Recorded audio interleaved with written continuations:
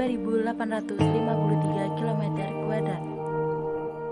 Secara administratif terdiri atas 5 kecamatan yang salah satunya yaitu Kecamatan Ragumpit yang merupakan kecamatan terluas di Kota Palangkaraya.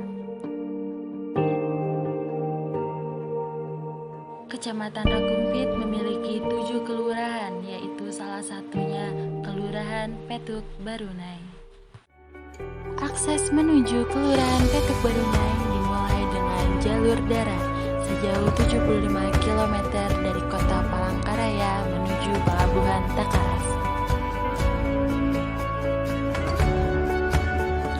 Dilanjut dengan jalur air berkisar 15 sampai 20 menit.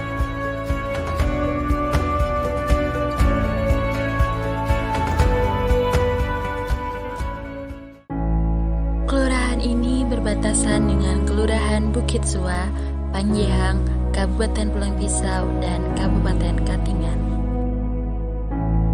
Kelurahan ini memiliki luas wilayah dengan komposisi sungai sepanjang 10 km dan pemukiman warga sebesar 15 hektar.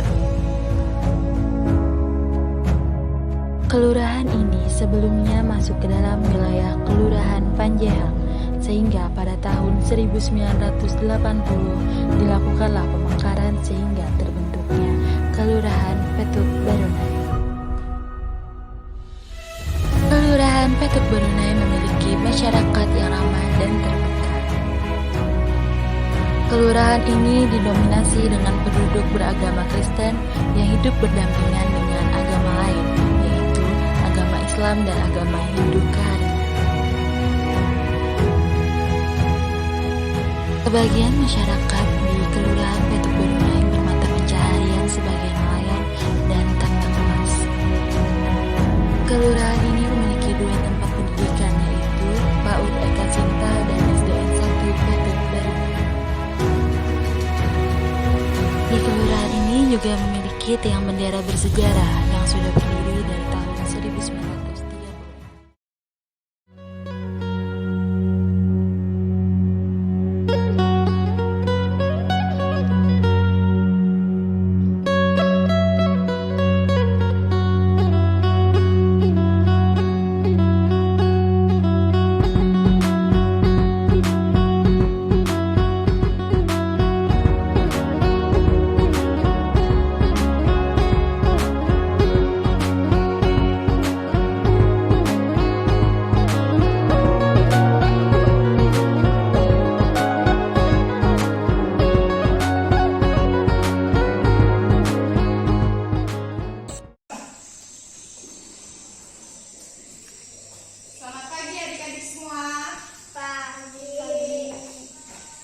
Sebelum kita memulai pelajaran hari ini, marilah kita berdoa menurut kepercayaan dan agama masing-masing.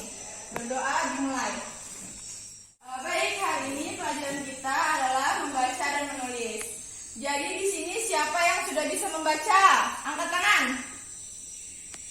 Siapa yang belum bisa membaca? Angkat tangan. Oke, akan kakak tes satu persatu. Dimulai dari Olive.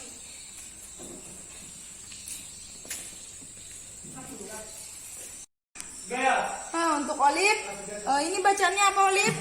Ini huruf apa? Ayo, bukan huruf I. Huruf apa ini? Huruf K. Ya. Ini huruf apa, Olive? Huruf A.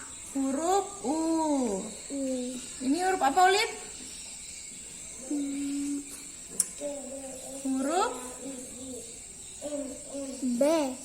Huruf L. Oke, baik, sepertinya ada di sini belum hafal abjad.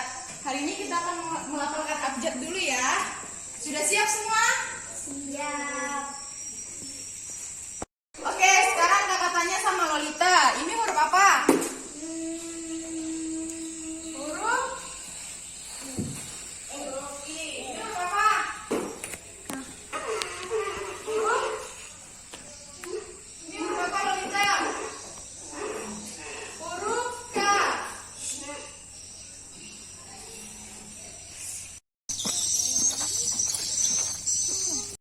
Oke, setelah sesuai jadwal yang kita tentukan, seminggu pertama ini melakukan observasi, keliling-keliling desa, pendataan, ketemu tokoh-tokoh, dan tadi kebetulan juga kita telah kunjungan ke sekolah SDN Datu Petik Burunai, yang mana tadi kan juga udah diampu atau dibagi pengampu kelasnya masing-masing dari kelas 1, 2, 3 sampai 6. Jadi bagaimana nih hasil pemetaan atau observasi mengukur kualitas pendidikan di sini? Jadi kelas 6 dulu deh, Mbak Ilis gimana? Untuk kelas 6 ada 5 orang siswa, 1 laki-laki dan 4 perempuan. Untuk yang belum lancar itu ada 1 orang yang belum bisa menulis, maksudnya masih kurang. Dan untuk yang membaca itu ada 2 orang yang masih terbata-bata atau kurang lah. Yang 3 orangnya sudah lancar membaca. Kalau di kelas 5, Mas Tono?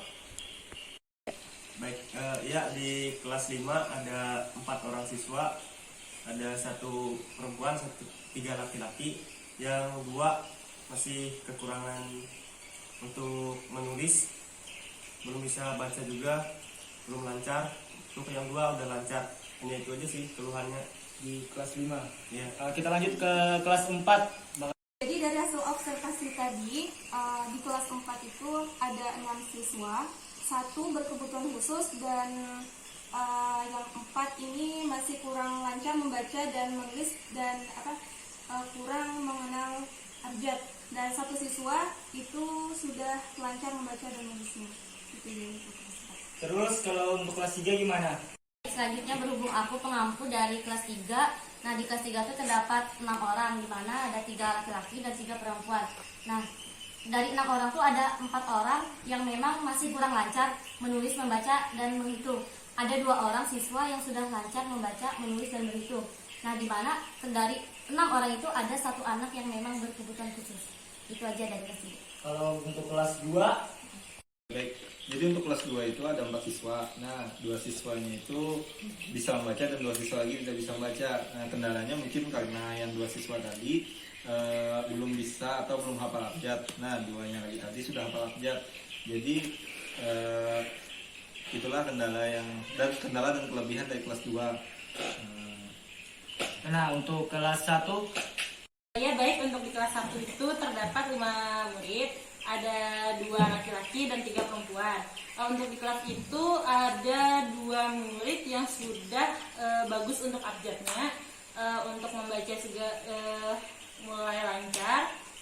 Tapi ada 3 murid yang agak susah diajarin abjad, terus untuk hafalannya juga susah dan menulis juga kurang baik lah gitu. Itu aja untuk kelas 1.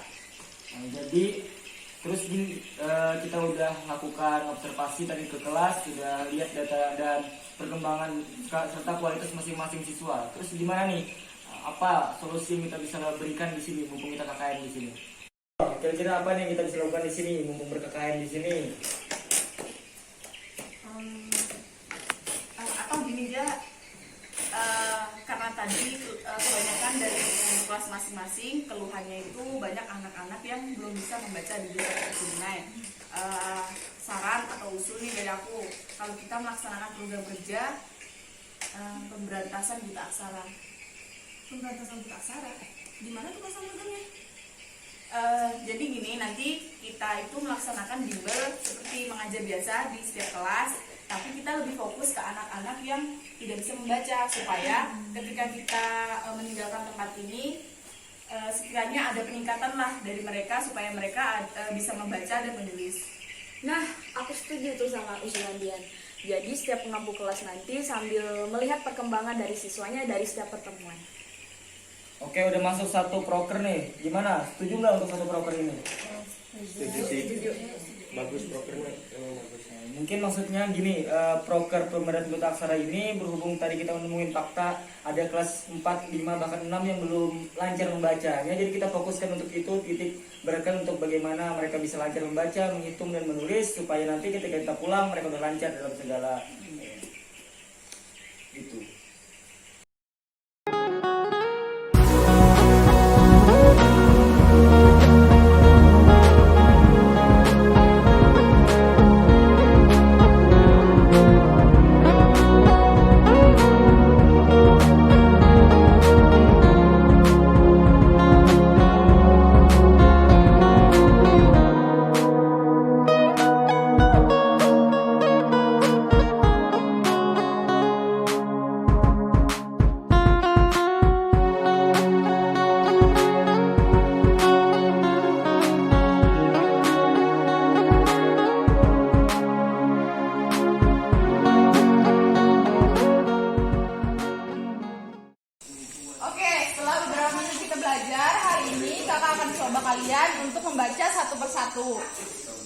Siapa yang mau mulai duluan? Siapa? Ayo angkat tangan yang berani. Olin mau? Dari ini Olin. Gajah hewan besar. Ya, ini lagi. Ikan hidup di air. Sekarang giliran Upin. Dari sini. Gajah hewan besar. Iya. Ikan hidup di air. Iya. Jaket dari kulit buaya. Baik, kakak lihat di sini adik-adik semua sudah mulai lancar membacanya, lancar menghitungnya. Pesan kakak bagi kalian semua, jangan lupa untuk tetap belajar di rumah, belajar membaca, menghitung, dan lainnya. Kakak tutup di sini. Sampai jumpa di lain waktu. Terima kasih untuk adik-adik semua. Kakak tutup dengan mengucap salam. Assalamualaikum warahmatullahi wabarakatuh. Selamat.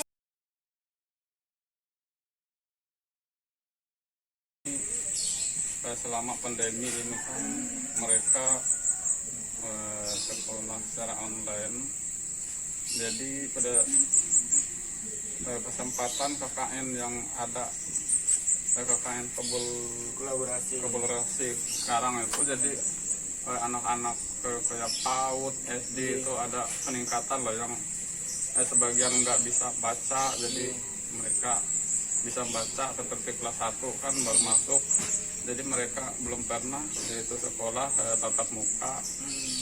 Jadi dalam kesempatan KKN ini kami sebagai masyarakat juga mengucap terima kasih atas bantuan daripada rekan-rekan KKN ini yang bisa membantu kami yaitu dalam mengajarkan anak-anak.